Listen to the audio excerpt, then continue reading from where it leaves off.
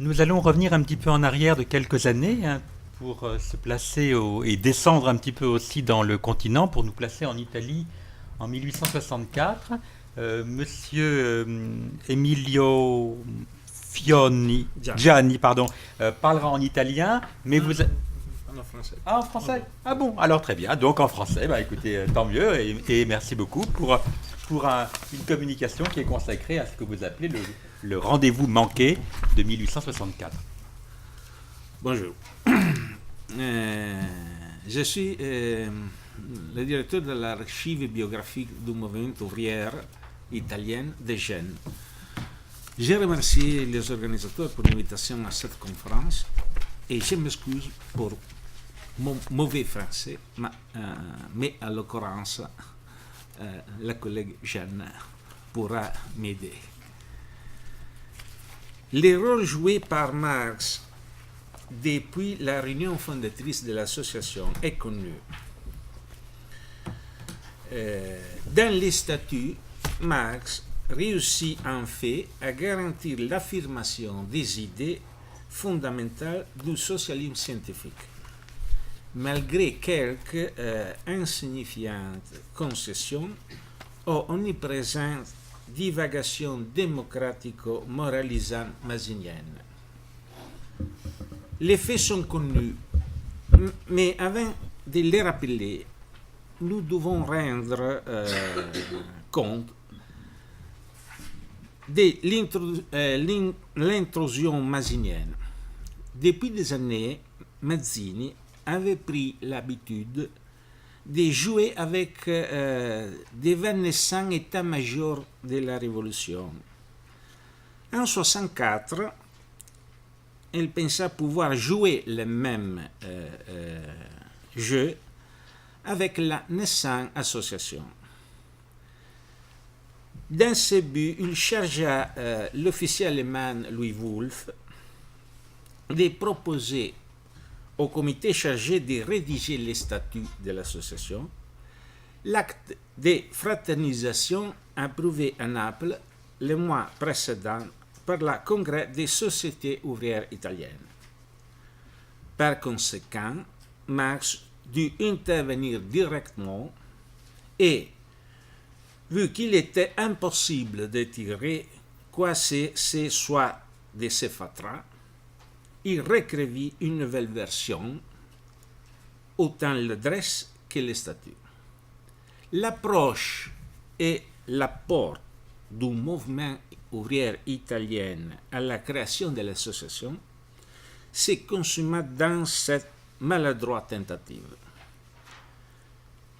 L'association finit donc par passer presque inaperçue en Italie, ne suscitant pas d'autres échos. Nombreuses sont les raisons objectives, économiques, sociales et politiques. Économiquement, l'Italie était encore un pays assez arriéré où le développement capitaliste n'accomplissait que ses premiers pas. Par conséquent, son mouvement ouvrier aussi n'en était que ses balbutiements et traversait encore sa première phase mutualiste. Mais c'était la situation politique italienne qui représentait le problème principal. L'Italie était encore complètement empêtrée dans la question nationale. Voilà pourquoi 1964 est la naissance de l'association n'eut que peu de répercussions en Italie. Et voilà pourquoi, sans même en comprendre bien les raisons et étant au fond étranger et opposé aux finalités de la classe et de ces événements, les démocrates mazziniens furent les seuls à s'intéresser à l'association, même si ce fut dans les termes que nous venons de décrire. Ces situations dura jusqu'en 1967, lorsque les destinées du mazzinianisme et de l'association en Italie commencèrent à prendre une autre tournure. Que s'était-il passé? D'abord, le malaise général de la conclusion de la troisième guerre d'indépendance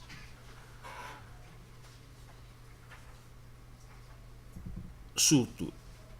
Mais les événements de maintenant, de novembre de l'année suivante, précipitaient la crise de l'organisation mazzinienne. Selon l'historien Rosselli, la crise qui maintenant ouvre dans l'âme de ces jeunes ne portera ses fruits qu'à partir de 68, et ce sera tout à l'avantage de Bakounine et tout à désavantage de Mazzini, dont la popularité et l'influence en Italie subiront un sérieux coup. Ainsi bien que dans un climat de grande confusion idéologique, l'association commença à devenir un point de référence objective même en Italie. Ce fut justement au cours de cette année qu'un groupe de démocratiques napolitains, tournant le dos à Mazzini et fasciné par l'exubérance du nouvel arrivé, les Russes Bakounine, créa l'organisation Liberté et Justice, une des premières organisations italiennes à caractère internationaliste. Si l'année 70 se termine sur tous les aspects sur les signes d'une crise du mazzinianisme, 71 ne laissait rien présager de mieux. La commune imposa les choisis du camp et l'association qui hissa les drapeaux devint les bastions pour lesquels il fallait se positionner ou contre lesquels combattre. Partout, le camp républicain se scinda. Surtout après les mois de mai, les attaques furieuses que Mazzini adressa au communard et à l'international dans les colonnes du peuple. Le camp républicain que cette situation avait déjà mis en crise fut encore une fois déchiré par la déclaration de Garibaldi en faveur de la commune. Pour toutes ces raisons, l'aile radicale du mazzinianisme, insatisfait et assoiffé d'action révolutionnaire, fit sans limite de la commune, même si elle n'en connaissait pas toujours et n'en approfondissait pas les caractéristiques et les motivations inspiratrices. L'enthousiasme l'emporta sur la réflexion, le cœur sur le cerveau. Rosselli soutient que ce n'est pas une exagération que d'affirmer que les 2/3 des contingents internationalistes italiennes 71-72 proviennent du mazzinianisme. Ces données n'est en effet pas exagérées comme nous l'avons soutenu dans une étude d'il y a 6 ans. Dans l'analyse prosopographique qui a été un centre de nos travaux sur l'international en Italie, nous avons constaté que 181 représentants, soit 80,1% des 226 internationalistes dont nous connaissons les expériences politiques précédentes, provenaient de l'expérience politique républicaine, mazzinienne ou garibaldinienne.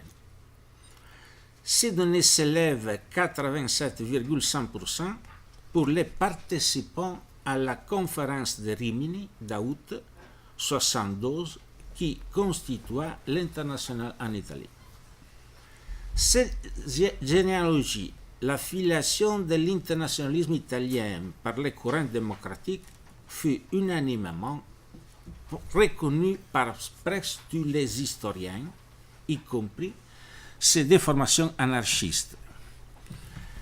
Les observations d'Andrea Costa, premier anarchiste et puis socialiste, consistaient en un jugement historique d'ensemble de ces événements que le leader d'Imola avait déjà rédigé en 1880. C'est une analyse intéressante sous plusieurs aspects et qu'il est donc utile de revoir. Mazzini, dit Costa, s'aliéna la partie la plus chaleureuse et généreuse de la jeunesse en sévissant contre la commune. La rapidité avec laquelle ce nouvel esprit se propagea en Italie fut merveilleuse. J'ai dit nouvel esprit car, confessons-le aujourd'hui, nous lançons dans ce mouvement, poussé bien plus par le désir de rompre avec un passé qui nous oppressait que par une conscience réfléchie de ce que nous voulions. Nous sentions que l'avenir était là, d'où l'acceptation inévitable du programme de l'Association internationale. Ces tempéraments, ces caractères et ces esprits, et non la conscience, furent aussi les drames de cette génération, car elle visa le futur avec les yeux du passé. Dès là, également, l'origine des futures et inévitables déceptions. Cette étape cruciale fut-elle un passage obligatoire sur le chemin du mouvement ouvrier italien vers l'acquisition du socialisme? Pour aborder ces problèmes, dans l'analyse de la fameuse question du retard historique, ce sont toujours les causes objectives qui ont été soulignées. Le retard de développement du capitalisme italien, la classe ouvrière jeune, ou encore information, etc. Mais face à ces facteurs décisifs, les facteurs subjectifs ont toujours été peu considérés. Dans un célèbre texte de 1852, Marx affirmait: les hommes font leur propre histoire, mais ils ne le font pas d'après leur libre arbitre, dans les circonstances choisies par eux. Ces circonstances leur sont données, transmises par le passé. Ainsi, la tradition des générations disparues pèse comme une cauchemar sur les cerveaux du vivant. C'est toutefois à partir de ces mythes, ainsi que d'autres, que se forma le caractère des divers courants politiques et en particulier du courant démocratique. Si le garibaldinisme est un héritage mais qui nous a été livré à perpétuer presque exclusivement par le héros du monde, l'héritage transmis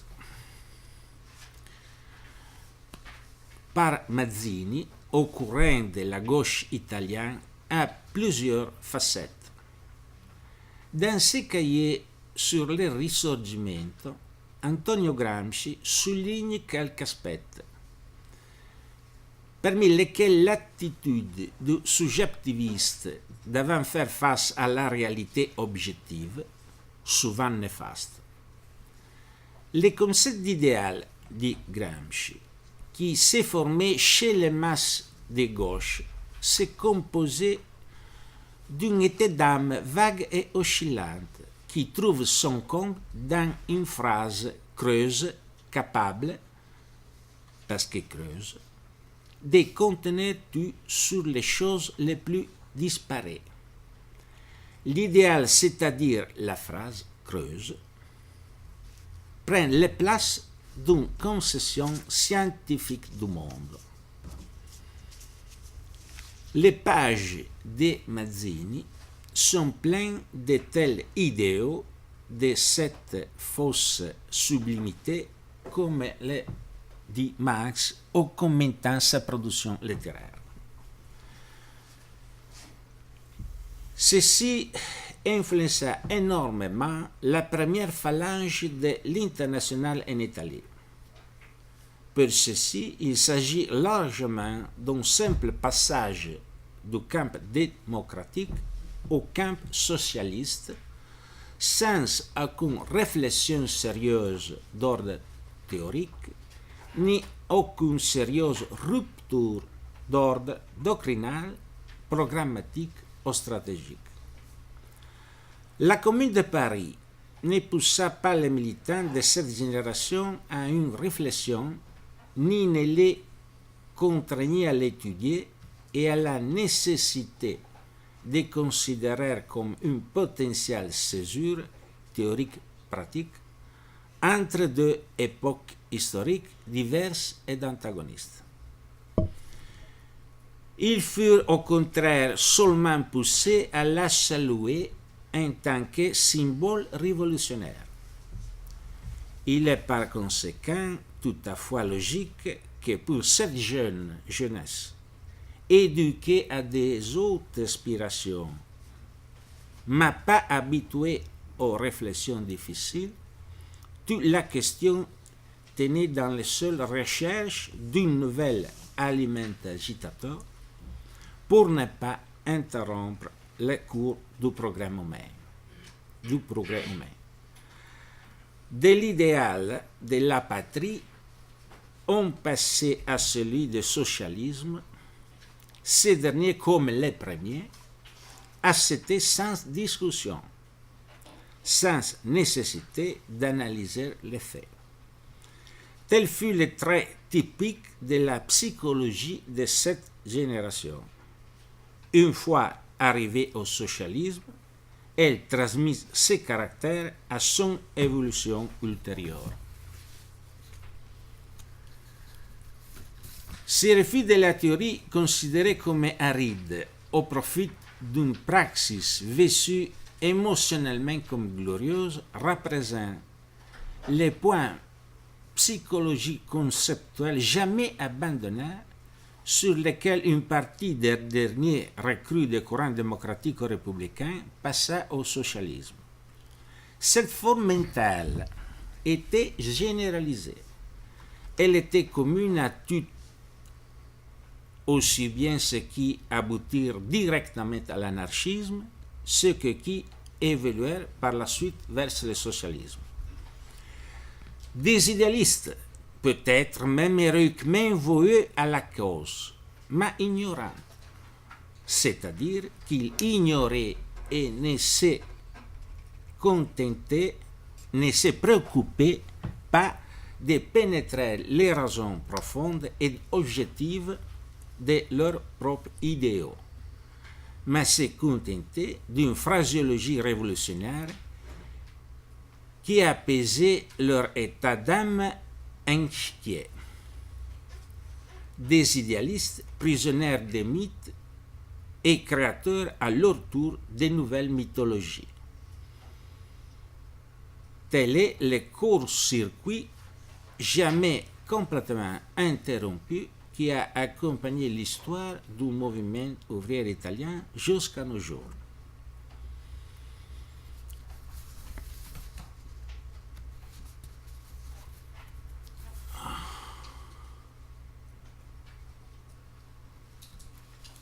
Dans une lettre de 1871 à Kogelmann, Marx mettait en garde, en croyant jusqu'à présent que la formulation des mythes chrétiens dans l'Empire romain n'avait été possible parce que l'imprimerie n'était pas encore inventée. C'est tout le contraire. La presse quotidienne et les télégraphes, qui répandent sans invention en un clin d'œil dans tout le globe, fabriquent plus de mythes en un jour qu'on ne pouvait en fabriquer autrefois en un siècle. Si l'on ajoutait même à la presse et au télégraphe que la radio, la télévision et Internet, on comprend alors le sens concret et incontournable de la célèbre affirmation du 1874 de Engels. Sera notamment le devoir des chefs de ne jamais oublier que le socialisme, depuis qu'il est devenu une science, veut être pratiqué, c'est-à-dire étudié, comme une science. Merci.